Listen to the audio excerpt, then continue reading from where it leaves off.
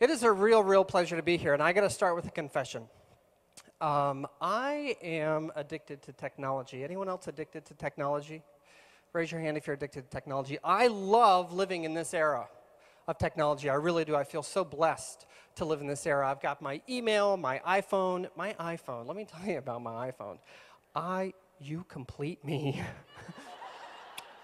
I would be lost without this. It sort of goes everywhere with me. Last night, some of you witnessed this, I almost fell in the whirlpool at the hotel on the little slick surface like this. This would have gone in the water, and I would not be here today. I would still be in the mandatory period of grieving. I love technology. How many of you have your email set up at home so it automatically checks every 5 minutes or 10 minutes or 15 minutes? You know, there's a little clock that you can change on there. Well, I have mine set up to check every minute because I love getting email and I love technology. And the sad thing about that is I usually don't make it through the whole minute. I get an email from someone, I reply to it, I go and I look at the clock, oh, there's 45 seconds! Ding, ding, ding, and I hit the Get Mail Now button. Everybody have a Get Mail Now button? Like, don't wait, you impatient loser, just go get the mail now. Doink, doink, doink, doink, like a video game, doink, doink. I love getting email. It's all part of this sort of, this psychology of technology. I'm addicted to it. But as much as I love getting email, and I got an email a couple of weeks ago from a former mission companion I had not heard from in, well, a long time. He was emailing me to tell me that he had come across one of my books and enjoyed it and wanted to remind me of one of the most embarrassing moments of my entire life, which he was witness to on my mission, which he spelled out in great detail and just laughed all through it. I loved getting that email, but I wonder how I would have felt if that had come in my mailbox. So let me describe for you what is my perfect day. Okay, I wake up in the morning, my hair looks fabulous. The kids are home, it's probably a Saturday, and I go downstairs, do a few things, and I start to get that sort of excited, anxious feeling because I know the mail truck is about to come down my street. We don't have a regular mail truck because we sort of live out in the sticks. It's an Isuzu Trooper with a yellow sign on the top that says mail and a lady that drives it on the wrong side of the street, you know.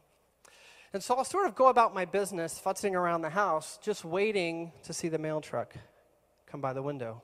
And I get that sort of sense of excitement. Now, in my home, if all the children are home and my wife is home, and we see the mail truck come, something happens that looks a little bit like this. I go, and then I stick a foot out and I trip my 1-year-old who is running to the front door. It's great. 1 year, they cannot balance themselves at a year. It is the most amazing thing. That is all you have to do to send him flying. I'm probably not going to win Father of the Year, but I love it. So the kids are disabled temporarily. My wife is rolling her eyes, and I am running out the front door to get the mail.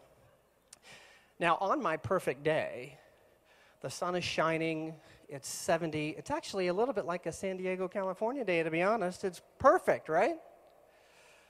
I walk outside.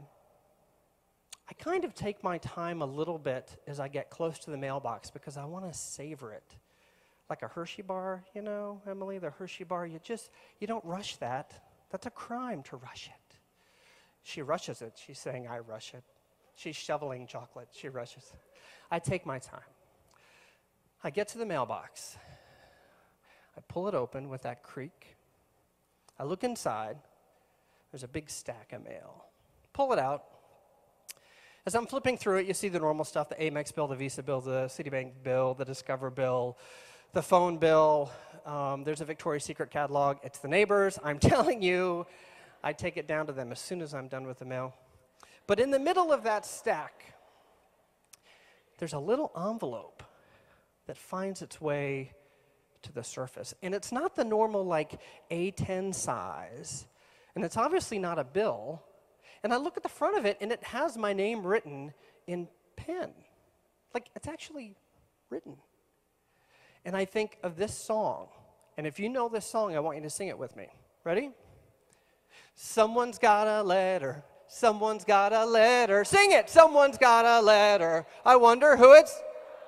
Very nice, very nice. I love that song, sisters. And I think of that song as I look at this letter. Blue's Clues, letter for me. It's Pavlov. I'm excited. The mouth is drooling. I open the letter up, and there's a note from an old friend, from my sister. Maybe it's from my mom.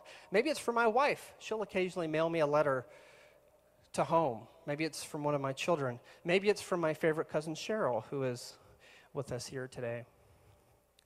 I open it up, and I do something that I bet many of you do. I read it right there on the street. How many of you have taken the mail and put it back in the mailbox temporarily, or set it down, or maybe under the crook of your arm while you stand right there and read that letter? It doesn't matter. Let's imagine it's not the perfect day. It's snowing. There's hail coming down. It's raining. There's a tornado overhead. There's a gang drive-by shooting right in front of the house. People are falling over in the neighbor's yard, screaming for their lives. I'm standing there reading that letter. That's how much that means to me. I have been on a mission, sisters, the last 6 or 8 months as I've been traveling the country and doing a lot of media and talking about this lost art of letter writing. And it's taken me a while to understand why I feel this connection with the handwritten letter.